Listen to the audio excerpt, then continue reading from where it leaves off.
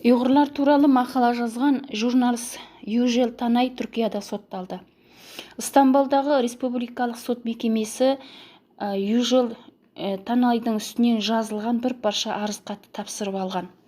Бұл арызда Южел Танай мырзаны Түркиядағы ұйғыр өнер адамдары және саудагерлер қоғамы атты бірлестіктің бастығы Сабыр Боғданы Қытаймен ымыраласқан, Қытаймен тілі бір және дінсіз деп қаралады деп айыпталған.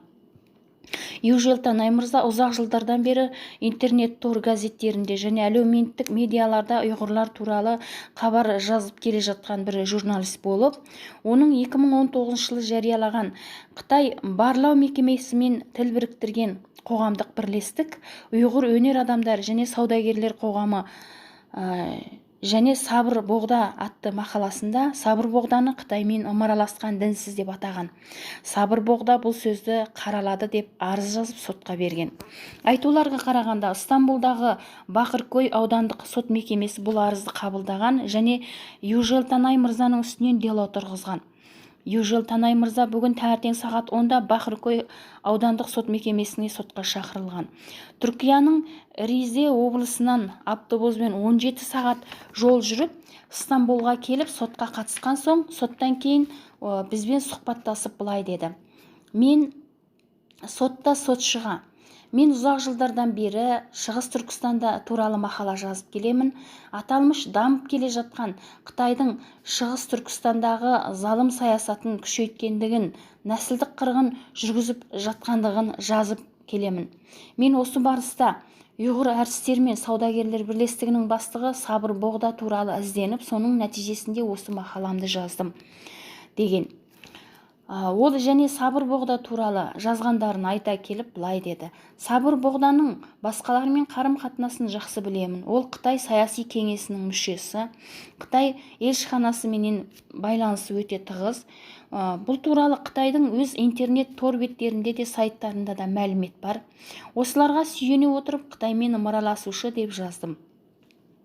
Бүгінгі сотқа Южел Танай мырзаның адвокаты, Анкарадағы Қажы Байрам университетінің заң факультетінің профессоры Ильяс Тоған мырза да қатынасқан.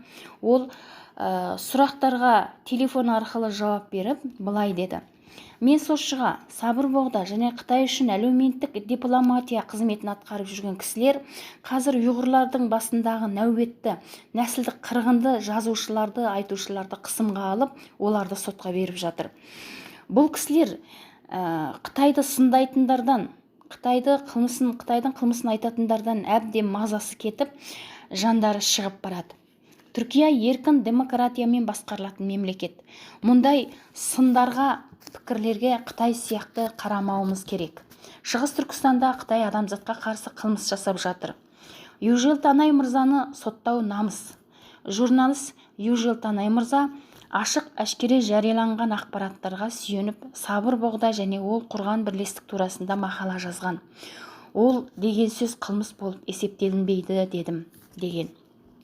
Южел Танай мырза бүгін Қытай ұйғырларға нәсілдік қырғыншылық жүргізіп отырған осындай сәтте Қытай елшіханасына барып, Қытайлармен ресімге түскен кісілерді ұйғыр тілінде сатқын деп аталатындығын айта келіп былай дейді: мен бір түрікшіл адам ретінде бұны дұрыс деп есептеймін. Қытайдың ақшасы үшін өз ұлтын сатқаннан басқа түк емес. Бүгінгі таңда Шығыс Түркістан осыншама қырғыншылық ұшырап жатса, оны жасыру үшін ештеме болмағандай Қытай елшілігінің қызметкерлерімен суретке түсудің өзі үлкен намыс. Ұйғыр халқы Сабыр Боғда сияқты адамдарды мәңгі ұмытпайды.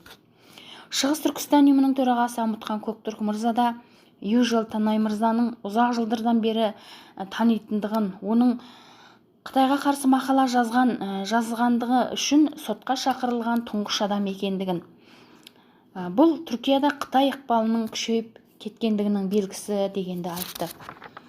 Сотшы Сабыр Боғданың адвокатының сөздерінде естіген соң, бұл делоның материалдарын түгендеп, 4 айдың 7 күні қайта сот болатындығын жариялады.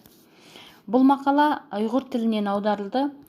Еркін Азия радиоблогының ұйғыр тіліндегі парақшасынан аударылды.